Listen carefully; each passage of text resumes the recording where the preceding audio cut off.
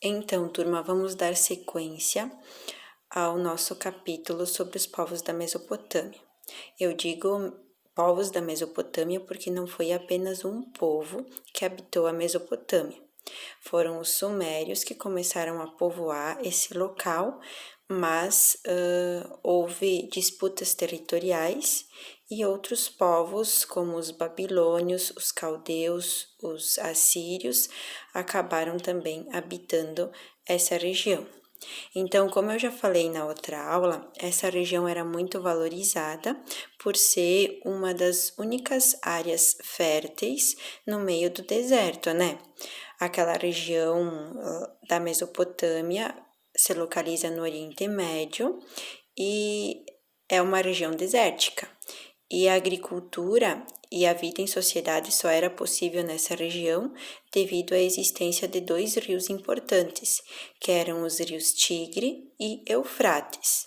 Como eu já falei para vocês, uma vez por ano eles transbordavam e quando eles transbordavam, eles acabavam levando matéria orgânica para o solo daquela região que se tornava úmido e fértil para os habitantes poderem plantar e sobreviver naquela região.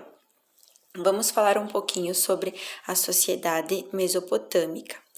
A sociedade mesopotâmica, ela era hierarquizada. O que significa isso? Que existiam várias classes sociais e cada classe social tinha a sua função. Vocês desenharam aquela pirâmide lá, a pirâmide da sociedade da Mesopotâmia, e vocês viram que no topo ficava o rei, depois vinha os sacerdotes, depois os escribas, depois os camponeses e por último os escravos. As alas mais abaixo da pirâmide, né, eram as mais populosas. Então, os escravos ficavam aqui na base da pirâmide porque eles eram em maior número. E subindo a pirâmide, quem estava mais no topo eram em menor número, certo? Então, quanto mais na base, mais gente que pertencia àquela classe social, e quanto mais no topo, menos gente pertencia àquela classe social. Quanto mais no topo as pessoas estavam, mais privilégios elas tinham. E quanto mais na base da pirâmide aqui embaixo, né, como por exemplo os escravos e os camponeses, eles tinham pouquíssimos privilégios. Pouquíssimos falando dos camponeses, porque os escravos eles só tinham direito a trabalhar e ficar bem quietinho para não apanhar ou para não ser morto, certo? Então, o que quer dizer que o que eu quero dizer quando eu digo que a sociedade era hierarquizada? Então, que existiam várias classes sociais e que cada um tinha a sua função estabelecida naquela sociedade.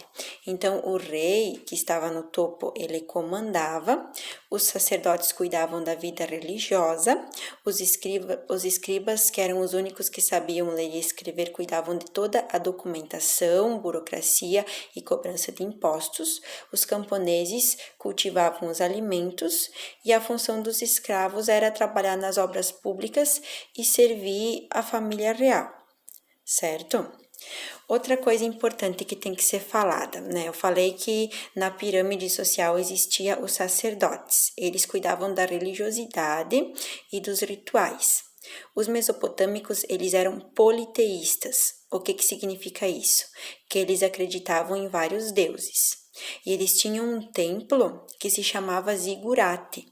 Esse zigurate era uma espécie de armazém onde eles estocavam os alimentos após a colheita e também servia de templo religioso onde eles realizavam rituais e cerimônias.